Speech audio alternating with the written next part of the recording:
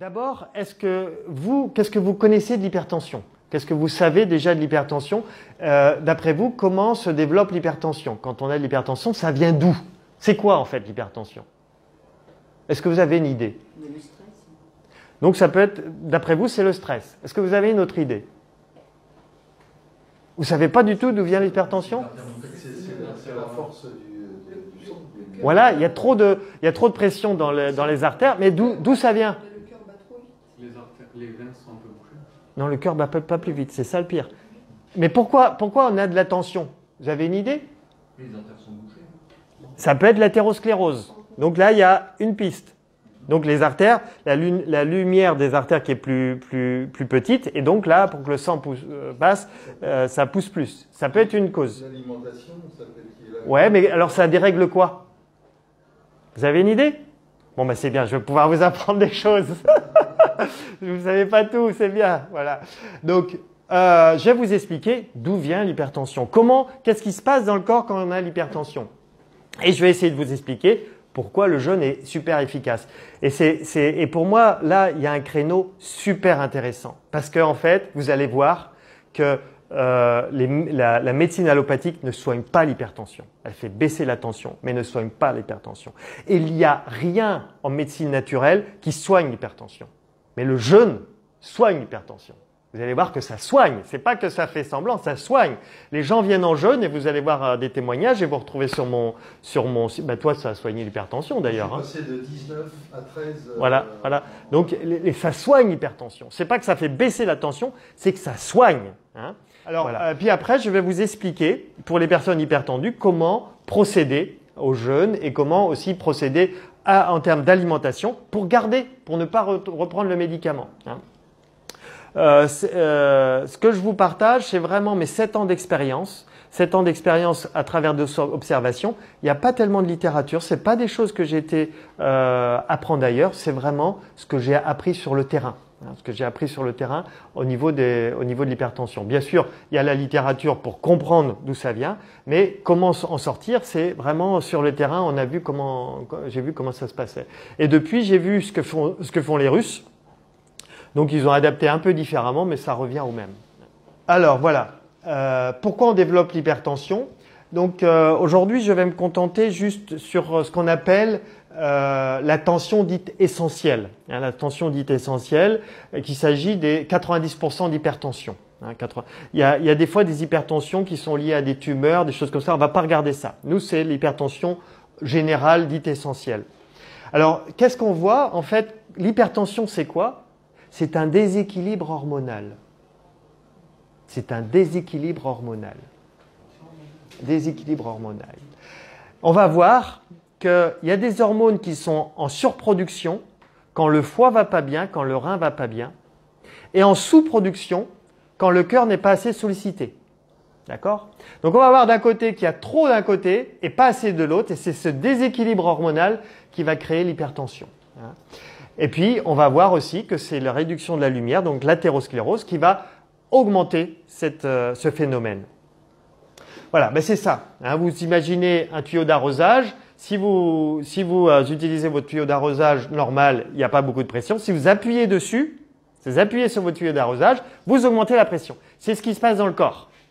Il y a quelque chose qui appuie. Donc, il n'y a pas seulement la lumière qui est réduite, il y a quelque chose qui vient appuyer sur les vaisseaux, les artères et les veines, qui fait qu'il y a plus de pression. Mais qu'est-ce qui fait que ça vient appuyer? Eh bien, c'est des hormones. On appelle angiotensine 2 et l'aldostérone, des hormones que là j'ai représentées sur des petites flèches, les hormones qui sont produites en trop grand nombre et qui viennent appuyer sur nos artères et nos veines et qui viennent créer cette tension dans nos artères et qui crée le durcissement et la contraction des artères et des veines.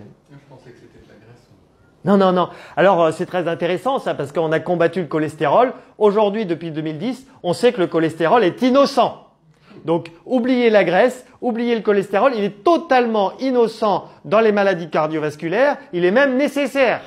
Et on s'aperçoit que les statines qu'on a prescrits à outrance pour les maladies cardiovasculaires, elles vont encourager les maladies cardiovasculaires plutôt que les préserver. Hein, donc, Les statines, c'est ce qui fait baisser le cholestérol. Donc si vous en prenez encore, arrêtez, ça ne sert à rien. Au contraire, ça crée plus de problèmes, ça crée la maladie d'Alzheimer, ça crée plus de problèmes que de bien. Hein, ça, c'est été prouvé maintenant. Hein. Donc si ça vous intéresse, il y a un livre qui est très bien écrit par le docteur Michel donc c'est un médecin, chercheur au CNRS, qui explique que le cholestérol est innocent. Et il y a un film qui a été sorti par Arte qui s'appelle Cholestérol, le grand bluff. Hein, donc là, voilà. Et encore, je sais qu'on prescrit encore à outrance des statines, alors que tout ça c'est prouvé maintenant, c'est prouvé. Hein, voilà. Voilà. Alors, tension artérielle, c'est l'équilibre entre ce qui se passe dans les reins. Alors, brièvement, les reins, quand ils vont mal, ils vont produire trop de rénine. Voilà, ils en produisent de toute façon. Et c'est la rénine qui, la rénine combinée avec, qui va provoquer la fabrication de l'angiotensine 1 dans le foie. Et cette angiotensine 1 dans le foie qui va se combiner avec l'enzyme de conversion qui elle est dans le poumon et les tissus, qui vont fabriquer l'angiotensine 2. C'est toute une chaîne. Hein. Et c'est cette angiotensine 2 qui va agir sur les artères et les veines et qui va, avec l'aldostérone, qui va aussi provoquer l'aldostérone, qui va provoquer cette tension. Donc en fait, c'est l'angiotensine 2 et l'aldostérone qui provoquent cette hypertension. Hein. Et de l'autre côté, qu'est-ce qu'on a? On a le cœur. On a le cœur qui, lui, produit un peptide. Alors, je suis désolé, c'est assez technique, c'est atrial natriurétique peptide, un peptide qui est produit par le cœur, qui, lui, va rééquilibrer la tension. Donc, en fait, l'équilibre de la bonne tension, c'est suffisamment de travail avec le cœur et des foies et des reins pas trop intoxinés. Hein. Parce qu'en fait, la diapo d'après, c'est quand vous êtes trop intoxiné, vous avez trop de production d'angiotensine 2 et d'aldostérone et pas assez du peptide pour équilibrer avec le cœur. C'est pour ça que vous avez dit le sport, c'est très bien, parce que quand on fait du sport, on va produire cette peptide pour équilibrer. Hein, d'accord. Alors, et l'autre phénomène, c'est ce que vous avez dit, vous, l'autre phénomène, c'est l'athérosclérose, c'est-à-dire les artères qui se bouchent. Donc en fait, ça se cumule. C'est d'un côté, on a une pression sur les artères, et de l'autre côté, les artères qui se bouchent, mais on n'a pas forcément les deux. Hein, on n'a pas forcément les deux. En général, les artères qui se bouchent, c'est plutôt avec l'âge. Ça, c'est plutôt les personnes âgées. Hein, donc voilà. Et on peut avoir une légère tension élevée, 16, 17, sans symptômes, parce que c'est simplement l'athérosclérose. Les foies et les reins fonctionnent bien. Donc là, il ne faudra pas forcément traiter. Hein. Donc voilà. Aujourd'hui, on traite systématiquement dès qu'on dépasse 14, mais ça dépend en fait si la personne a ou pas les symptômes. Si la personne n'a pas de symptômes, peut-être qu'elle peut très bien avoir une légère hypertension. C'est tout à fait normal, c'est physiologique. C'est à cause du vieillissement. Voilà. Voilà. Donc comment on peut faire pour retrouver une tension normale? Eh bien, c'est détoxiner. On détoxine les organes et donc le fait de nettoyer les organes, ils retrouvent leur santé normale et le fait de retrouver leur santé normale, eh bien, ils retrouvent leur équilibre, hein, retrouvent leur équilibre. Et puis pour le cœur, eh bien, c'est de faire du sport et c'est de faire l'amour. Faire l'amour, la sexualité va permettre là aussi de produire ce peptide. Hein. Donc faire l'amour, c'est très bon pour les maladies cardiovasculaires. C'est peut-être pour ça d'ailleurs qu'on relie le cœur à l'amour. Hein, je ne sais pas, on relie souvent le cœur à l'amour. Hein. Voilà.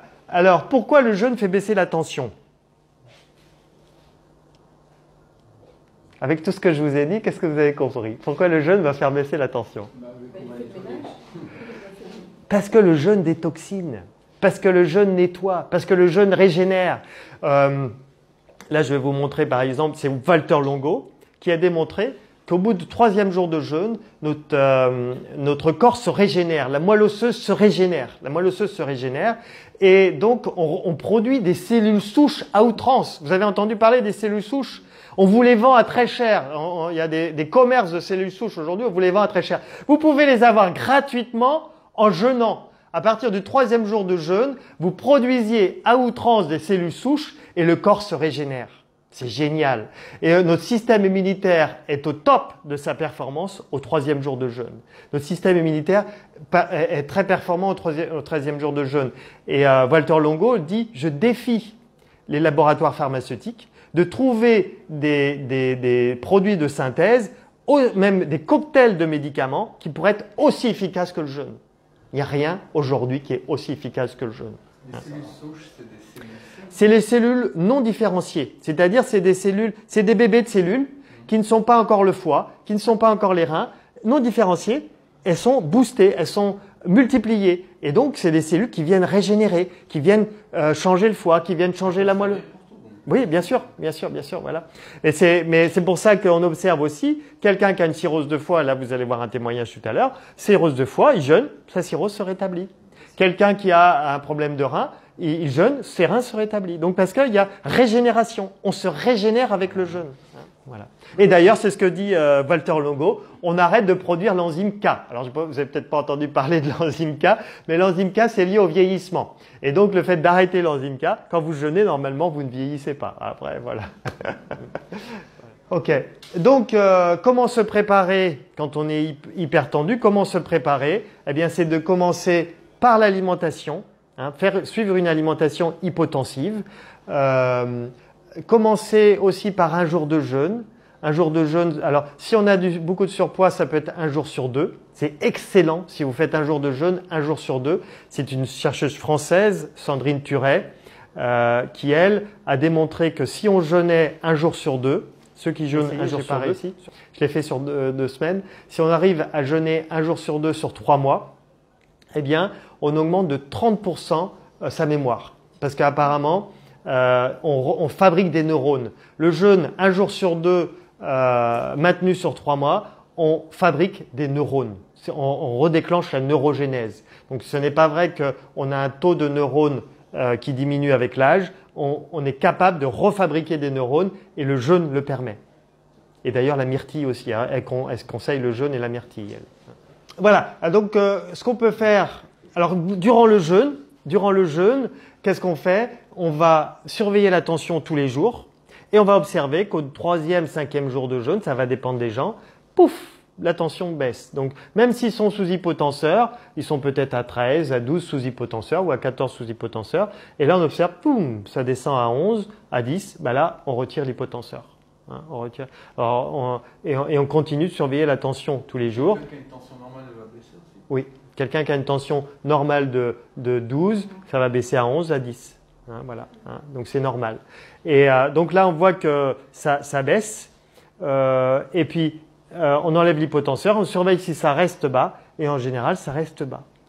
Et si jamais ça remonte, on remet l'hypotenseur et on reteste un peu plus tard. Donc, c'est pas plus difficile que ça.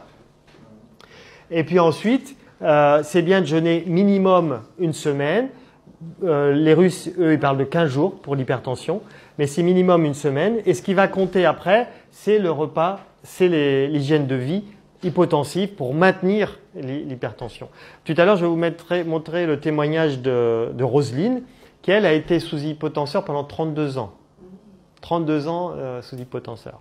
Elle a fait le jeûne, elle est sortie de l'hypertension et après, elle a surveillé sa tension tous les matins. Et des fois, sa tension remontait. Eh bien, elle rejeûnait. Elle m'appelait ou m'envoyait un email, je dis rejeûne. Elle rejeûnait, sa tension redevient normale. Donc elle n'a pas repris, ça fait 1 an maintenant, elle n'a pas repris d'hypertension, mais elle surveille d'hypotenseur, mais elle surveille sa tension tous les matins et si ça remonte, elle jeûne. Donc voilà, et ça se régule très bien comme ça. Dans 80% des cas, ça s'en va au bout d'une semaine. Et il y a des fois, il faut 2 semaines de jeûne pour les cas récalcitrants. Mais vraiment, moi, dans mes jeûnes, même peut-être plus que 80% des cas, les gens, au bout d'une semaine, ils retrouvent une tension normale. Voilà. Alors après, eh bien, il faut suivre l'hygiène de vie qu'on a vue tout à l'heure, une alimentation hypotensive. Et si on voit que la tension remonte, eh bien, il faut absolument reprendre le jeûne. Si on ne peut pas refaire un jeûne, il faut reprendre les hypotenseurs. Donc c'est soit on rejeûne, soit on reprend les hypotenseurs. Voilà. Si la tension remonte au-delà de 16, faut soit faire un jeûne, soit reprendre les hypotenseurs. Et c'est bien de reprogrammer un jeûne 6 mois plus tard. C'est-à-dire, voilà, on surveille sa tension et on reprogramme un jeûne 6 mois plus tard. Pour ancrer. Voilà, prévention. Voilà. Alors, voilà, la page est blanche. Tu veux la remplir, Alain? Comment on fait pour augmenter une tension? en termes d'hygiène de vie et comment on fait pour baisser une tension en termes d'hygiène de vie. À vous la parole. Vous êtes naturopathe maintenant et c'est vous qui donnez le conseil. Alcool, Augmenter la tension, l'alcool, ouais. cigarette, Cigarette, ouais. La viande, je crois, non Ah, oui, un peu, ouais. Mhm. Hein? La viande rouge. Ouais, un peu, ouais. Mhm.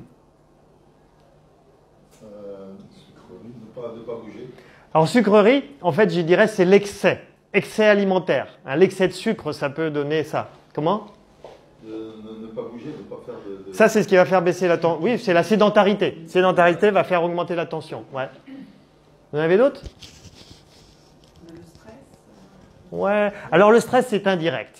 Hein, beaucoup de gens parlent du stress, c'est indirect. Parce que quand on stresse, on cherche à combler d'une façon ou d'une autre. Donc, on stresse, il y en a qui fument, il y en a qui boivent, il y en a qui vont manger trop. Hein, c'est là. La tension, la blouse blanche, l'histoire de la tension de la blouse blanche, oui, peut-être, un petit peu, mais vraiment, c'est dans l'hygiène de vie. Hein, c'est dans l'hygiène de vie. Le café, exactement. Le café va augmenter la tension. Le sel, voilà, le sel va augmenter la tension. Ok? Et qu'est-ce qui va la baisser? Le sport. Le jeûne. Le jeûne. Ah voilà, faut pas l'oublier, le jeûne.